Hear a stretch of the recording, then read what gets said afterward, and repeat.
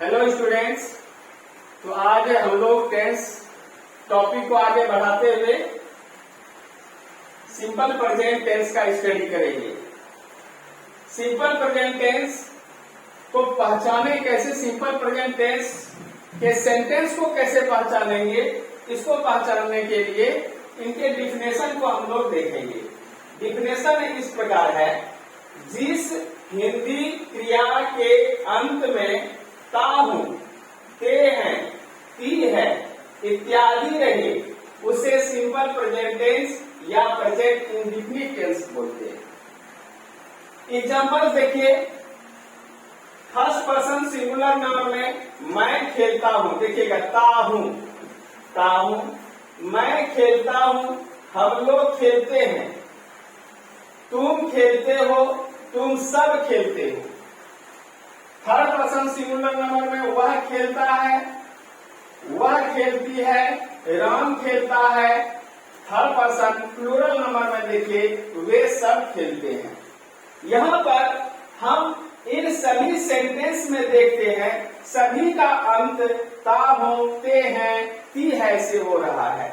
इसलिए डिफिनेशन के अनुसार ये सभी सेंटेंस सिंपल प्रेजेंट टेंस में है। ये सिंपल प्रेजेंट टेंस में है। अब हम लोग आगे जानेंगे कि इस टेंस के बाद सेंटेंस को इंग्लिश में कैसे ट्रांसलेट करेंगे।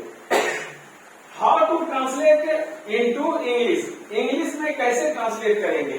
देखिए स्ट्रक्चर इसका है, सब्जेक्ट प्लस V1 और V5 प्लस ऑब्जेक्ट।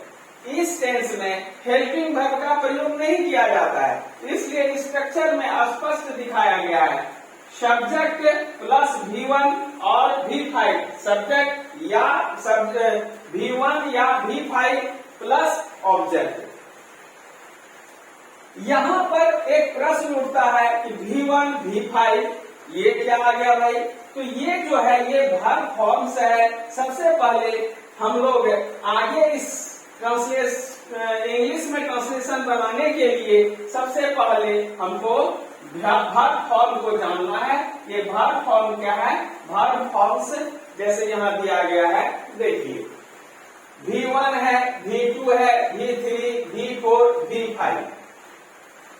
V1 में प्ले है, V2 में प्लेड है, V3 में प्लेड है, V4 में प्लेइंग है, V5 में प्लेज है। इसी तरह देखिए ईट का है, eat, ate, eaten, eating, eats, go and gone, going, goes, ring, rang, rung, ringing, rings, sink, sank, sunk, sinking, sinks. ये वर्ब फॉर्म्स और आप लोग आगे लिख के इसका स्टडी करेंगे ताकि आपको सुविधा हो आगे बनाने में। वर्ब फॉर्म्स अधिक से अधिक हम लोगों को याद कर लेना चाहिए, आप लोग अवश्य ही याद कर लें। अब हम लोग आगे देखते हैं कि इन सभी सेंटेंस को इंग्लिश में कैसे ट्रांसलेशन करें, कैसे ट्रांसलेट करें। तो रूल देखिए यहाँ क्या है। रूल है, फर्स्ट रूल में इस टेंस में सब्जेक्ट के तुरंत बाद V1 या V5 का प्रयोग किया जाता है। V1 या V5 का प्रयोग किया जाता है। आप देख रहे हैं यहाँ वर्ब फॉर्म दिया गया है, V1 V5 शो किया गया है, देख सकते हैं।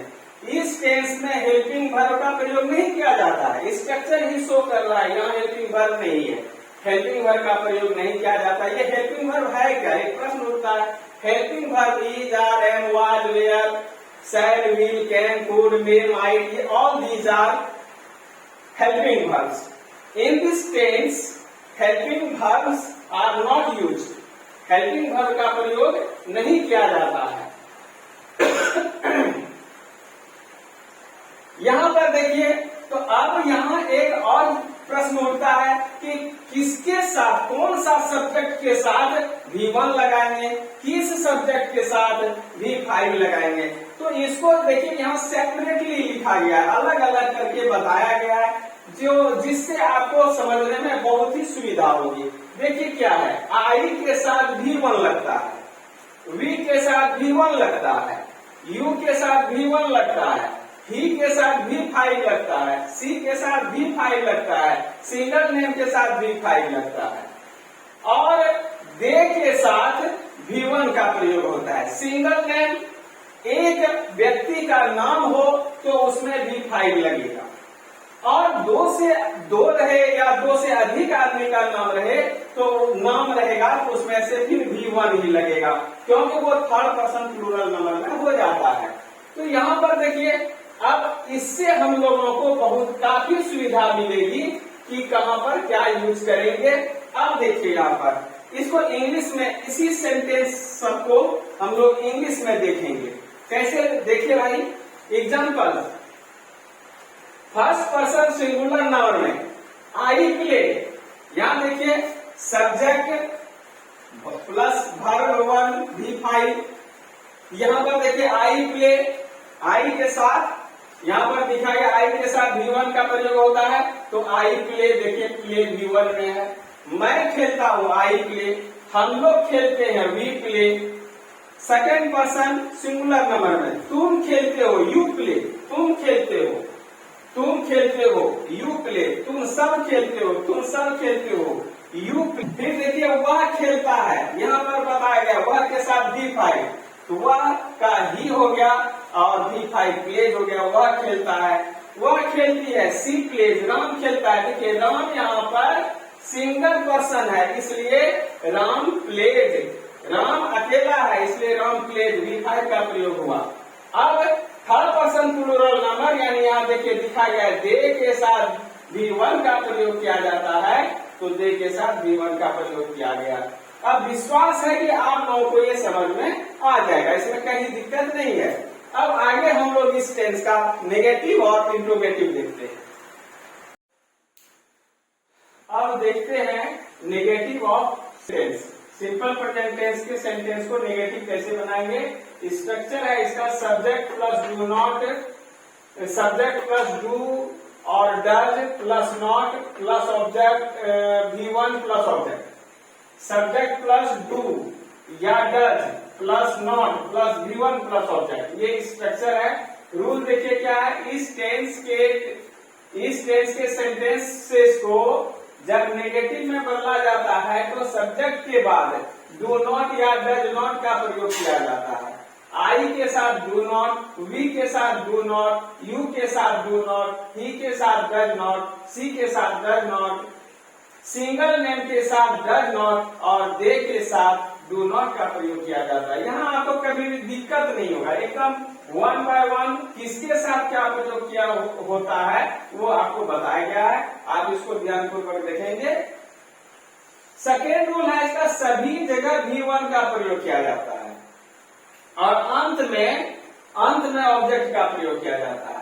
इसको देखिए, सबसे पहले हिंदी क्या है आपका, मैं नहीं खेलता हूँ, हम लोग नहीं खेलते हैं, तुम नहीं खेलते हो, तुम सब नहीं खेलते हो, वह नहीं खेलता है, वह नहीं खेलती है, राम नहीं खेलता है। यहाँ पर इसको सुन के आप लोग नोट कर लेंगे, बोर्ड में स्पष्ट नहीं आया है। फिर थर्ड पर्सन प्लूरल नंबर में देखिए, वे सब नहीं खेलते हैं। यहाँ पर देखिए सभी सिंपल प्रेजेंट टेंस के सेंटेंस है और सभी नेगेटिव में है, क्योंकि नहीं सब में आया, सभी नेगेटिव सेंटेंस है। अब इन सभी को इंग्लिश में कैसे ट्रांसलेट करेंगे, तो आपको देखिए स्ट्रक्चर में आप पहले ही देखे हैं कि सब्जेक्ट के बाद डू या डज और उसके साथ नॉट का प्रयोग किया जाएगा, वर्ब वन लगाया जाएगा सभी जगह और ऑब्जेक्ट अंत में आएगा। यहाँ पर ऑब्जेक्ट को नहीं दिखाया गया है, सेंटेंस लंबा हो जाता। इसको जो है आप जब एग्जाम्पल और अदर एग्जाम्पल्स बनाएंगे तो उसमें ऑब्जेक्ट रहेगा, उसको लास्ट में ऑब्जेक्ट लिखेंगे। अब देखिए इन सभी का कैसे लिखा गया है, इंग्लिश में कैसे बनाया गया है। आई डू नॉट प्ले, देखिए आई के साथ डू नॉट, तो I do not play, we do not play, you do not play, you do not play. Third person singular number में देखिए यहाँ ही के साथ डज नॉट, सी के साथ डज नॉट, यहाँ पर देखिए वही है, he does not play, she does not play, Ram does not play। और थर्ड पर्सन प्लूरल नंबर यानी they do not play, they के साथ do not का प्रयोग किया जाता है, बताया गया है they do not play। तो ये नेगेटिव हुआ। अब देखिए इसको इंट्रोगेटिव कैसे बनाएंगे। तो इंट्रोगेटिव बनाने में भी डू नॉट, डू और डस का व्यवहार होता है, प्रयोग होता है।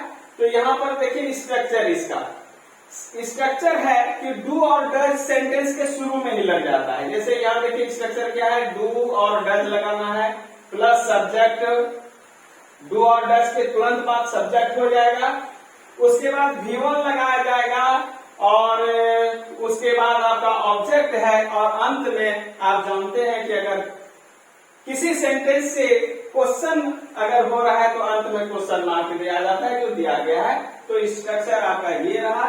तो नेगेटिव इंट्रोगेटिव में इसको कैसे बनाएंगे, डू और डज को शुरू में लेकर देखिए, आई डू नॉट,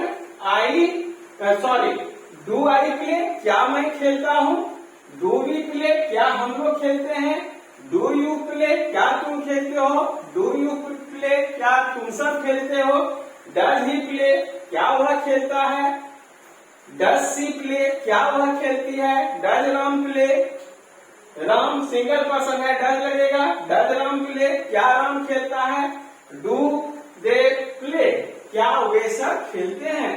तो देखिए अब सिंपल प्रेजेंट टेंस हम लोगों का पूरी तरह से समाप्त हो गया है।